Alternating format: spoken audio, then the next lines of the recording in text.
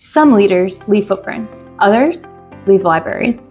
You're tuning into the Authors on Mission podcast, where industry giants become literacy legends. In every episode, we talk with authors who turn their brilliance into books that transform lives. I'm Danielle Hutchinson, your host and Chief Creative Officer at Authors on Mission. Welcome to your authorship experience.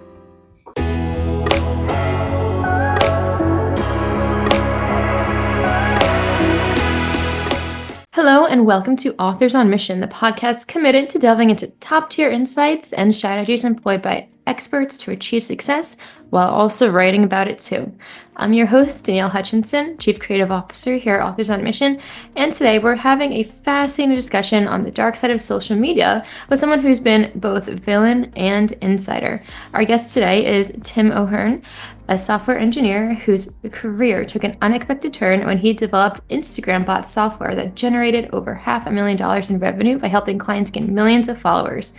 Later, he worked out a social media startup building the very persuasive technology systems designed to keep us scrolling. So Tim's book offers a rare insider's look at the tactics used by social media platforms and the new implications of technology.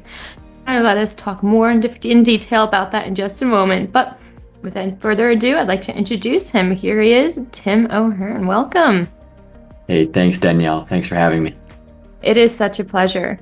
So, Tim, this book is, obviously pretty important. It really just delves into, the dark side of social media and all that. So I'm wondering if you could just begin a little bit of, a backstory here. What brought you to writing this book in the first place? I know I touched upon it a bit, but I'm sure there was some who decided it had to be written down.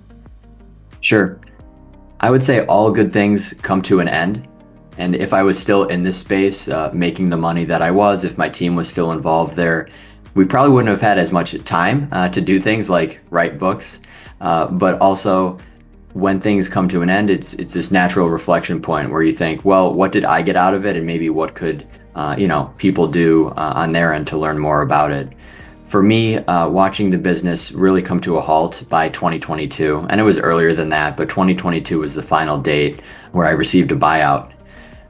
I took what I had, and this was blog posts, this was diary entries, this was like old emails, and I started thinking that maybe there was a chance that I could write an article about it. Maybe I could comprise, a small essay collection, something like that. And as I went deeper and deeper and started to explore the origins, the things that I didn't know when I started, which involved early internet history, some aspects of psychology, and just innovation in general, I realized I definitely had enough for a book, and maybe more than I bargained for.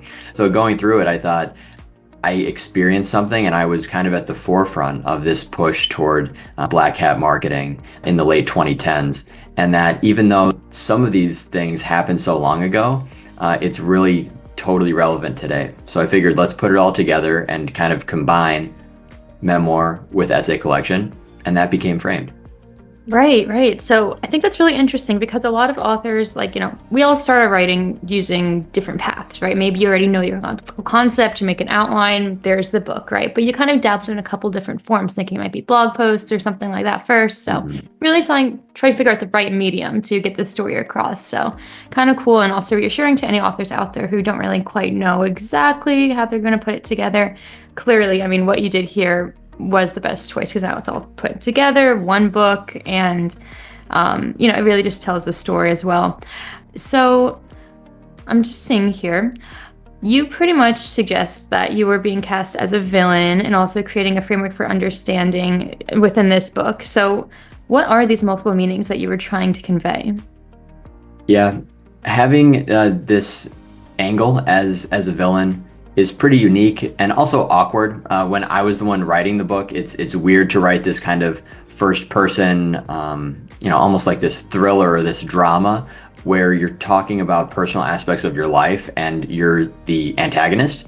Like, you're the person who's under fire, you're the one who's taking controversial actions.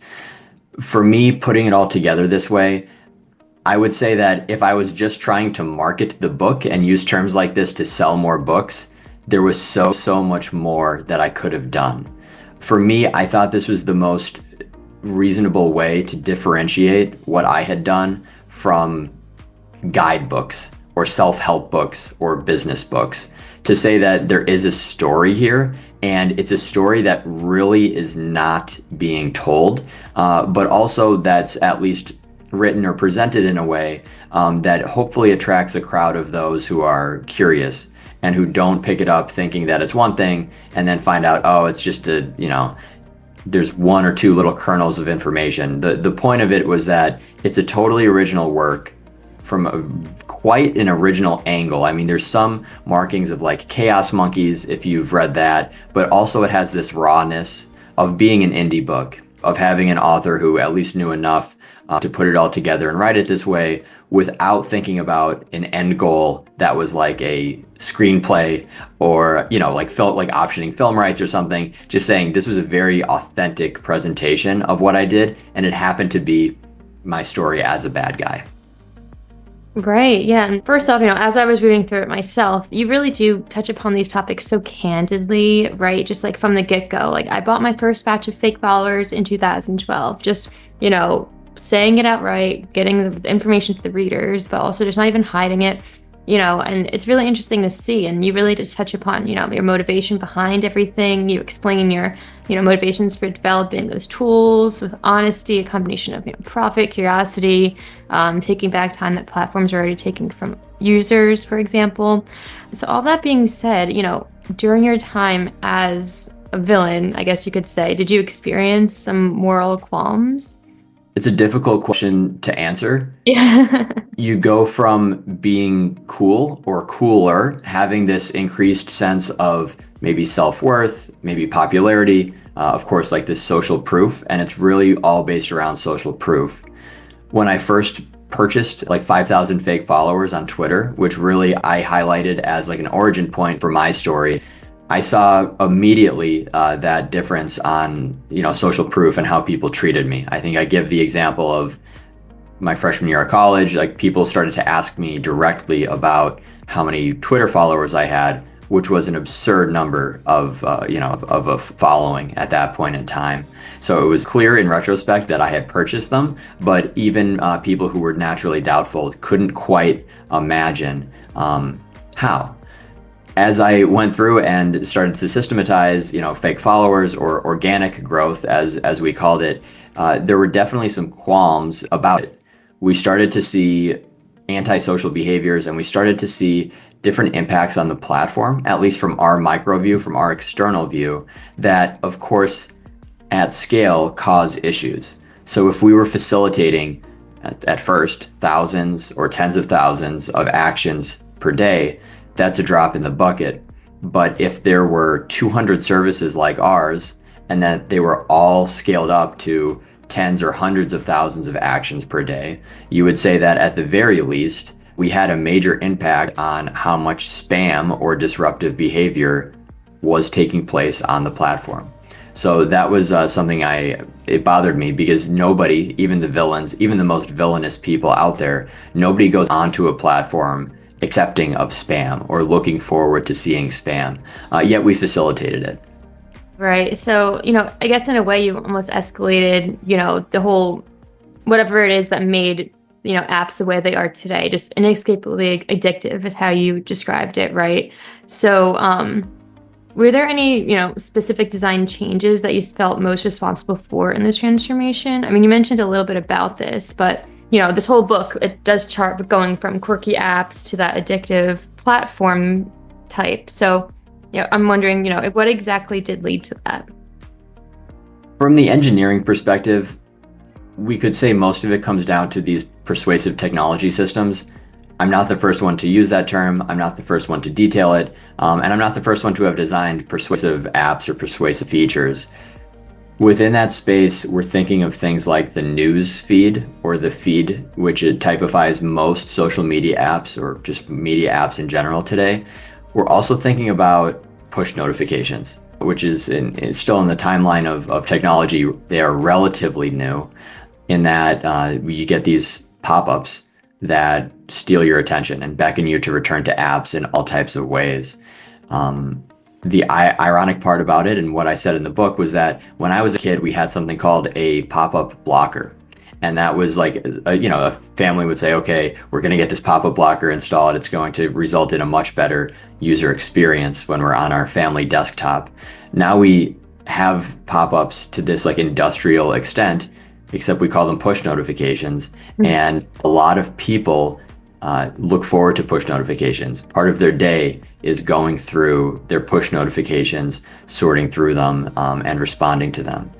So addictive technology has really, really changed in the last few years, especially I would say the last 5 to 10 years. From the user perspective, aside from what's going on, what the software engineers are doing, when I say we had quirky apps in the early 2000s and even the early 2010s, it was because people who were passionate about things or had funny ideas just created these websites and they created these apps, and they didn't care about profit at all. They didn't care about traffic. They didn't care about conversions. Eventually, profit and the capitalist system, in a way, corrupted a lot of these values, where you had nerds creating funny apps and websites to then this expectation that if you do something, you need success metrics and you need to make money. And that goal of money making really started to corrupt a lot of what we've seen on the internet, where now if there's a quirky app, you can be assured that there's always going to be some angle to either get you to sign up and so they can sell your data, or to pay in some way, or to view ads. Whereas back in the day, none of those things were true. Understood. And it's interesting what you mentioned about the pop-up ads, right, and the push notifications, because I mean, you mentioned some people might be excited for them. For me, I'm like, I don't even want them on my screen, right? I just try to swipe them right away. But yeah, I can see how things just transform from one to the other so quickly like that too. So, a little bit about the writing process then. As a software engineer writing a book about the technical subjects with ethical dimensions, you must have had to go through a lot of balancing between these technical explanations and storytelling. What was your process for doing that? It went through many different stages. I think you're right on here. Yeah, as someone who has so much experience, as a ghostwriter and doing other things for a broad array of books, you've probably seen people who do it the right way and people who really, really struggle to get through the process. And for me, some of it just comes back to, what did you like doing in high school? Like, what was the fun part of the high school writing assignment? Did you like building citations and building like a source tree? Or did you just like sitting down and writing? For me, I really liked sitting down and writing. I found that I always had at least above average productivity and could like string things together pretty well. But when it came to actually citing things and building like references and bibliographies and stuff, that's not very fun. And that was a real struggle for the book, where of course I had to keep track of some sources, but when I finally took the time to build it all just in a Google Sheet, I realized that I had over 1,000 sources, and even what was referenced directly within the book, probably about 250. And then things that were used more to like build the material, and things that would be maybe like Wikipedia pages that wouldn't necessarily be well known by every author. All that together built up to over 1,000 sources. So the balance was really, really tough. But as is probably clear, I went for more of the story, more of the enjoyable aspect, like the fun part first. And then I backfilled with more of the technical stuff and, of course, my own fact checking. Understood. And that's a really good process to do too. It's tedious, right? It takes a little bit of time, but it's necessary and has to be done for sure.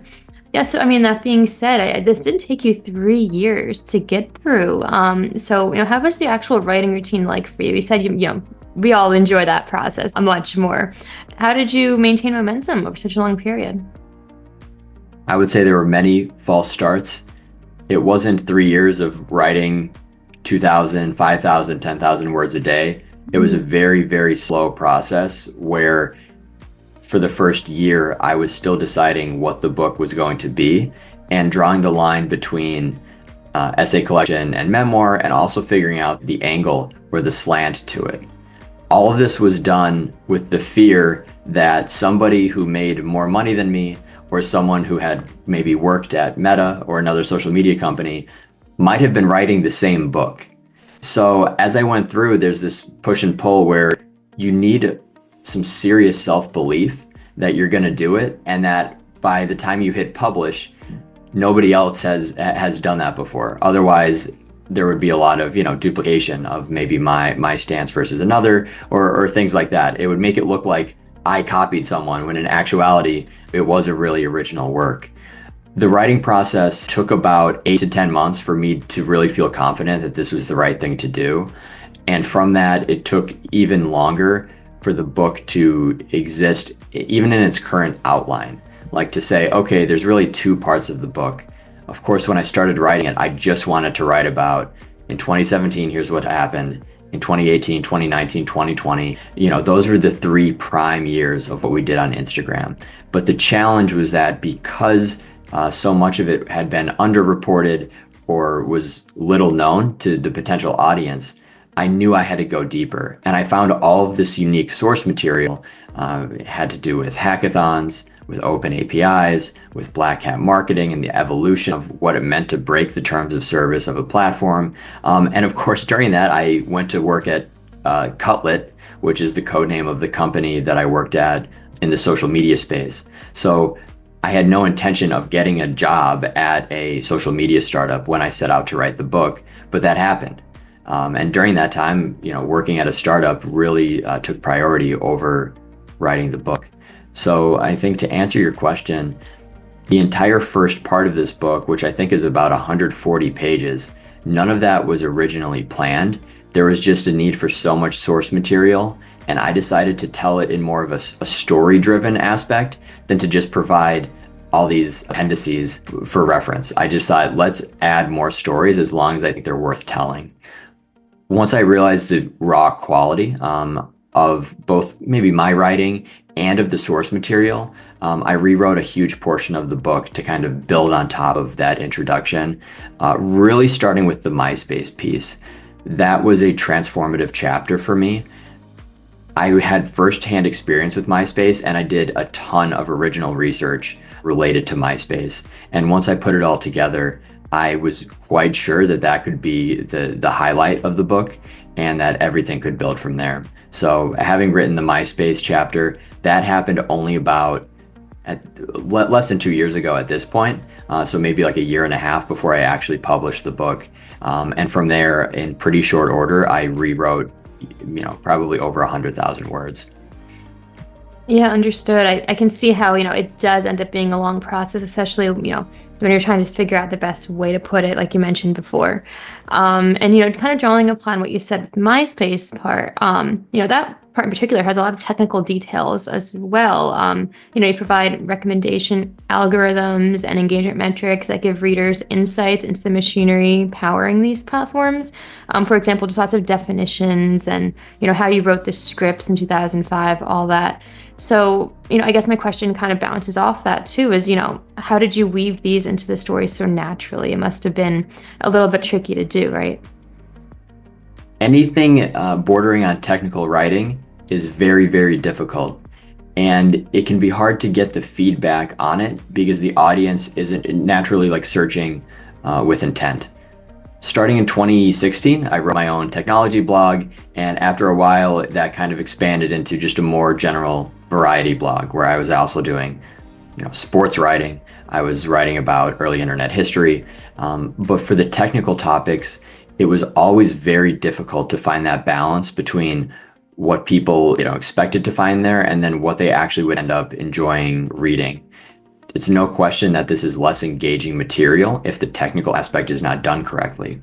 For example, if you find an article or a blog post somewhere that explains some aspect of, how does a social feed work? How do push notifications work? That's a normal search query. I'm sure thousands of people search that every day. But if you don't have a background in programming and you go to the page and it contains just huge blocks of code, of like Python code, you're going to think, okay, this is way beyond me. I'm not meant to understand this. I approach this from the perspective that I think the general audience can understand it. So I ensured that I spent very, very little time getting into like the programming concepts and more of the engineering concepts and focused on the feature build out and more of the psychological aspect of like, why does it work? Why was it built this way, rather than how exactly was it implemented? So there was a lot more technical material, especially things that I could have given thousands of lines of source code and other things. The audience was so small, and ultimately I think there's some risk there of the book seeming like a guidebook when I did not want it to be a guidebook for some of these negative practices. I understand that because, you don't want them to follow in your footsteps necessarily. Instead, it kind of serves as both a confession and a warning, right?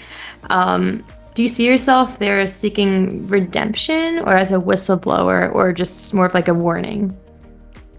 I hope to advance these topics in whatever way I can.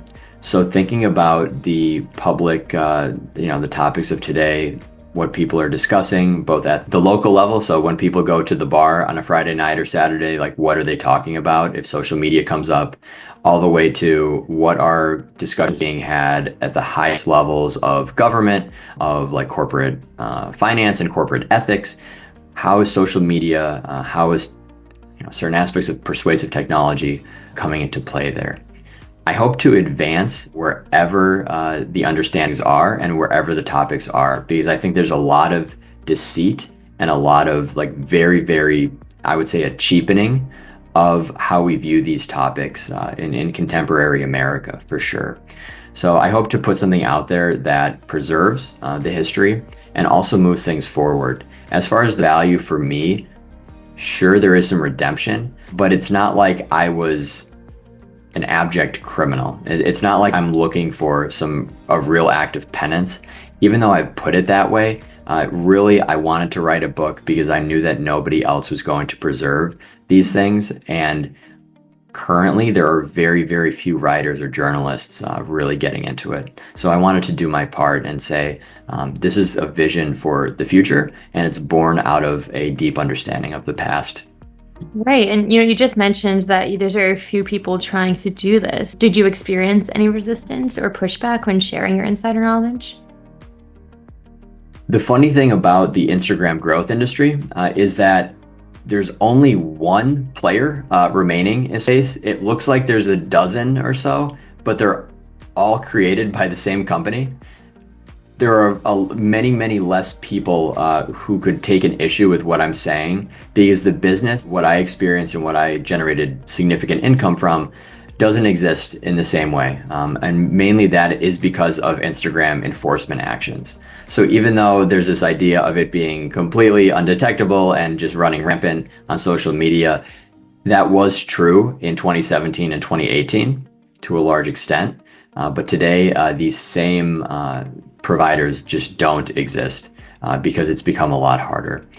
So I don't anticipate this one company or these few remaining providers taking an issue with it, because it's just advanced so far, even beyond what I disclosed in my book, that I can't imagine it will impede somebody's ability to make money. If somebody's been doing it for this long, they have what it takes to adapt.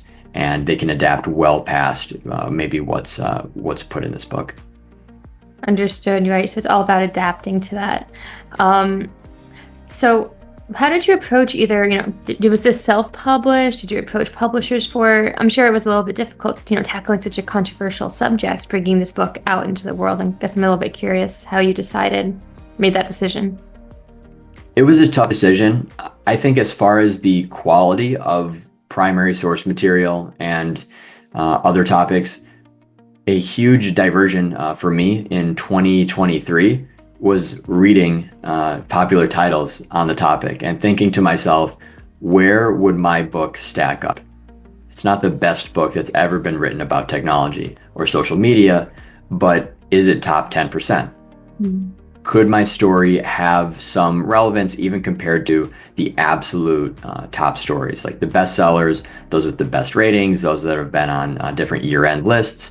And if so, should I pursue a traditional path to publishing? When I really went through it and researched it, and I did speak with different professionals, my family was in the publishing industry a very, very long time ago, actually more on the warehousing side, but even we had some contacts these people are probably in their 80s, but even we knew some people. And the thought was, okay, how does a pitch work? And what would a traditional publisher give me that I couldn't do myself? As far as editing, I am totally sure that I found one of the best editors out there on a freelance basis who helped me push the book through and really helped me see the English language in a way that I hadn't seen it before. But where traditional publishing would have helped me the most is probably the PR aspect. That's where you realize there are some doors there, and it really depends on who is knocking on the door. The more merit-based approach, which I've tried to take, has been extremely difficult, and I would just say fraught with disappointment and a lack of engagement. There are journalists who I quoted, some who I quoted extensively in my book. I know what they've written about. I know what their interests are today. When I reach out to these journalists saying, hey, here's my book, I think you would really enjoy it, most of them don't respond. Some of them performatively respond and say, oh, sure, send it to me. And then you're like, okay, well, I need your address, or I need your Kindle link. How am I going to get this to you?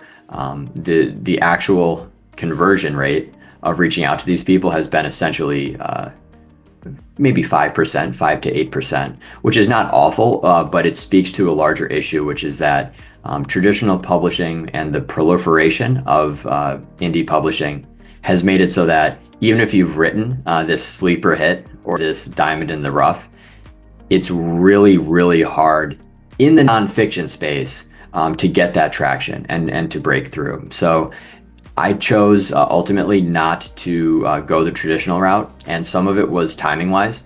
I had other things going on, and I had a very demanding day job. I had other hobbies, and I thought, when it's time to publish this book, it's already going to be a year late by my standards. There's no point in pushing it back 5 or 6 more months. As far as the financial aspect, I was really well covered. I had budgeted a lot, and for me, you could think even if you take the money that I made from the business and put it back into the book, I was more than covered in terms of how that worked. But the truth is, Danielle, and you might know more about this, the average advance in the traditional publishing space really wouldn't have changed anything for me. I think here in New York City, it would have been like a month's worth of rent. So what would be the point of entering into an engagement like that where I was suddenly on somebody else's deadlines, I was suddenly being subject to somebody else's content requirements, and maybe the book would have fundamentally changed. So ultimately, I decided not to go the traditional publishing route. I did not actually send out any formal pitches. Okay, understood. I know that, it is a tough choice to make for any author, especially people listening today that might also be, going through the same dilemma as you. And you just offered some really good insight there, right? Like the same price as an apartment, it's probably not even, Right. worth it at the end of the day. We do publishing here at Authors on Mission as well. And so, we do it, but you're able to kind of have control over, exactly what's going on in your book still, and kind of pick and choose the services you're looking for. So you kind of have to find the thing that works best for you. And clearly you were able to do the same thing. So I'm wondering, what other advice would you give to professionals with technical knowledge like yours who wants to write a book for general readers? Any bits of advice that they could perhaps learn from based on your experience? You have to know what's out there. Writing is a very, very solitary pursuit. And I found while navigating the independent author space, a lot of people focus way too much on the product without knowing whether anybody wants to read their product, or without knowing whether their book is good or not. So you can focus for so long and kind of build up this sense of delusion, which is, quite natural, but it leads to hundreds or thousands of very mediocre books being published every year. I think in the technical space, this is worse because there's not as much, it's not as flowing. It takes a lot more work, and it takes a lot more cognitive load to really put these books together. My advice for anybody who's on the more technical side, and it doesn't have to be software, but thinking about writing a more deeper and more complicated nonfiction book, there are ways to start. There are baby steps. And for me, that was writing my own blog for basically 7 years before I really considered writing something like a book. And you could look through my blog posts and some of the reflections there where I say, okay, I think I'm ready. to write a book, or I think I'm ready for like a work of more substance, I think is how I put it. The second part is that you really don't know what you don't know. So I took this huge diversion to even watch some like short form videos and movies, but really, really read the best-selling books. We're probably talking 20 or more, and you can look through my Goodreads and see that I did read them. Otherwise, you really don't know where you stand. And what I say to other readers, other writers, and even like my mom is that at some point I knew that when I was reading second tier or like third tier indie books, that I would crush them. I knew eventually that my level of, I think, talent as a writer, my discipline for my craft, and really the story I was telling was certainly above a certain tier of book. It wasn't New York Times bestseller quality, but even without an editor, it was well beyond a lot of these second tier books. And that's ultimately what's a motivating factor. So I think anybody who is realistic enough, but also has a big enough ego to go into that space, and after enough research to think, I could do this too, that's the most powerful motivator, regardless of if it is that technical or not. Understood. Right. Well, thank you for sharing all of that. I think, you definitely do need to look up and figure out what else is in the world too before you begin and see where you can stand. And I'm glad that you had like that confidence built from that, knowing that you were going to be able to bypass what was out in the market already. So all this being said, you have your book out, the blogs have been going great. What's next on the horizon for you, Tim? That's a great question. Sometimes we can focus, Danielle, like so much on the finish line that we don't think beyond that. We get there and we publish and we send promotional copies out. We do our podcast interviews, and a lot of people, I think in my shoes, would attempt to transition to more of a consulting business, a coaching business. They would try to sell you something else and turn themselves into this influencer or personality. Even though I speak badly of influencers in my book, I understand the notion of like thought leadership, and that can really only come through consistent engagement with an audience on a subject matter. For me, I wrote this book kind of at a transitional point in my life. So I published the book the same month that I left my previous job. So really, I went from this highly regimented and pretty intense life to one that is totally, totally different. So in a way, I saw the book as an end cap to my 20s, like a lot of experiences that I had, and now I'm 30 years old. So this was kind of a big goal for me. The goal was never to publish the book and then become famous, or to become well known, or to get all these features. It was really just writing for the sake of finding readers like me. Like people who are like me, whether that's the 15-year-old version of me, whether it's a 21-year-old version of me, or whether it's, how I might reflect on technology when I have a family and children who are picking up a phone for the first time. So when I think about next steps here, I have an interest in continuing to write books and publish, but this would be in very, very different spaces, like just taking more risks and taking challenges, perhaps like as they pertain to fiction, because I've already figured out so much of the indie author journey, and so much of it is not writing. It's that your second life as a promoter starts once you actually put it out there. So for me, I'm currently in this like transitional period where as I finish up promotion for the book and I get some opportunities that are frankly are born out of the book, I'm kind of deciding maybe going back to a traditional like software engineering job, starting my own thing, or really, really diving into writing. At this point, I actually haven't decided which path I will take. Well, hey, I mean, it's okay not to know now, right? You have, years ahead to figure out what exactly you're going to do. And just like with the book, you didn't know which format you were going to put it in, whether, blogs or whatever, what be it. So you'll come to it. It'll be all, work out in the end. So now that we're starting to wrap up the podcast, I'm wondering if there's any other pieces of advice or tips or tricks that you might want to share with our audience today, whether it be, related to the content of the book or the writing process itself. I would say I have one major thing, both related to the book, and then one major thing related to the writing process, which might ring truer with your general audience here. Let's hear it. With the book itself, social media is ever present, and whether that's I was on LinkedIn the other day, and you realize how many job searchers are kind of bending the content forums on LinkedIn to seem more like other platforms, and they're kind of benefiting professionally from that, or they're trying to. And my stance is if we believe this to be true, and we think LinkedIn is that important in the professional sense, if maybe Instagram is important to one type of business, if TikTok is important to another type of business, I don't think there's any book like Framed on the market that can help bridge psychology and can help bridge academic research and can help bridge what actually happens when you sign up and you take your credit card out and you pay for one of these services.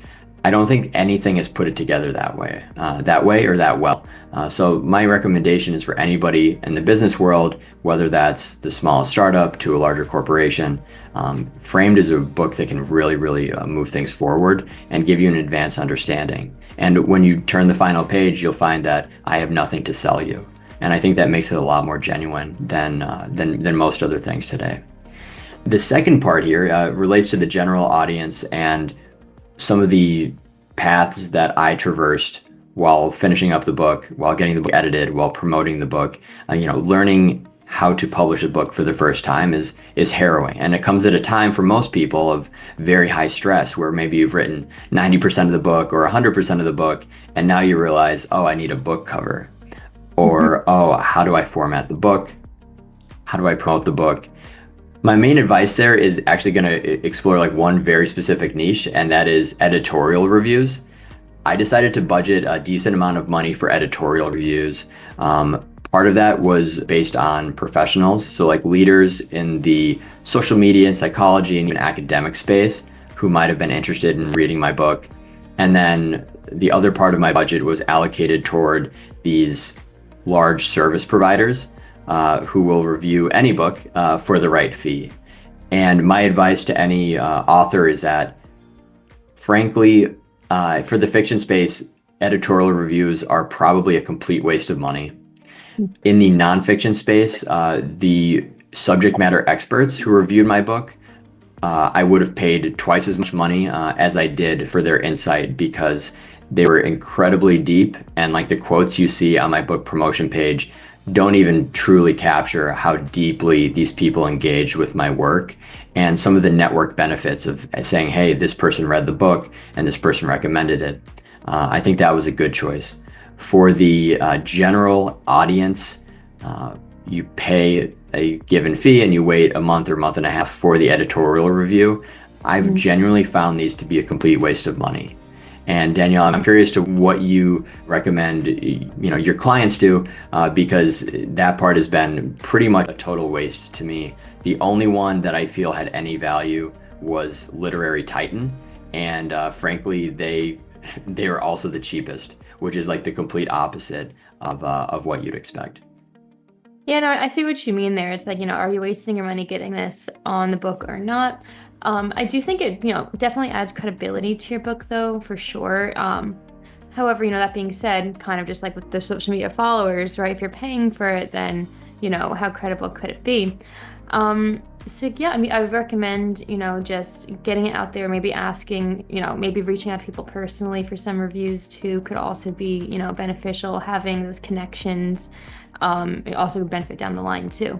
So, it also just depends, like you mentioned, for the book too, whether it be fiction or nonfiction. It's pretty situational. So, Sure. I have lots to consider there though.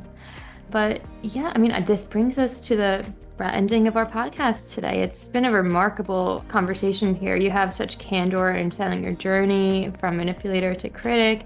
What strikes me most is that, you just have the rare perspective, right, of somebody who's seen both sides. You're willing to pull back the curtain. So overall, everybody listening today, check out this book. You can find it in many different places. We're going to put the links on the in the description box of this podcast. And just remember, at Authors on Mission, we're committed to bringing you knowledge and strategies for experts who've charted their own course of success. Tim's story reminds us that, Knowledge can come from unexpected places, but sometimes the most valuable insights come from those who've witnessed the problem firsthand. So until next time, I'm Danielle Hutchinson, Chief Creative Officer, Authors on Mission. We're here with Tim O'Hearn. And remember, today's experts were once beginners too. Keep writing, keep reading, and keep inspiring. Thanks for listening. This is Danielle Hutchinson reminding you that somewhere, someone needs the book that only you can write.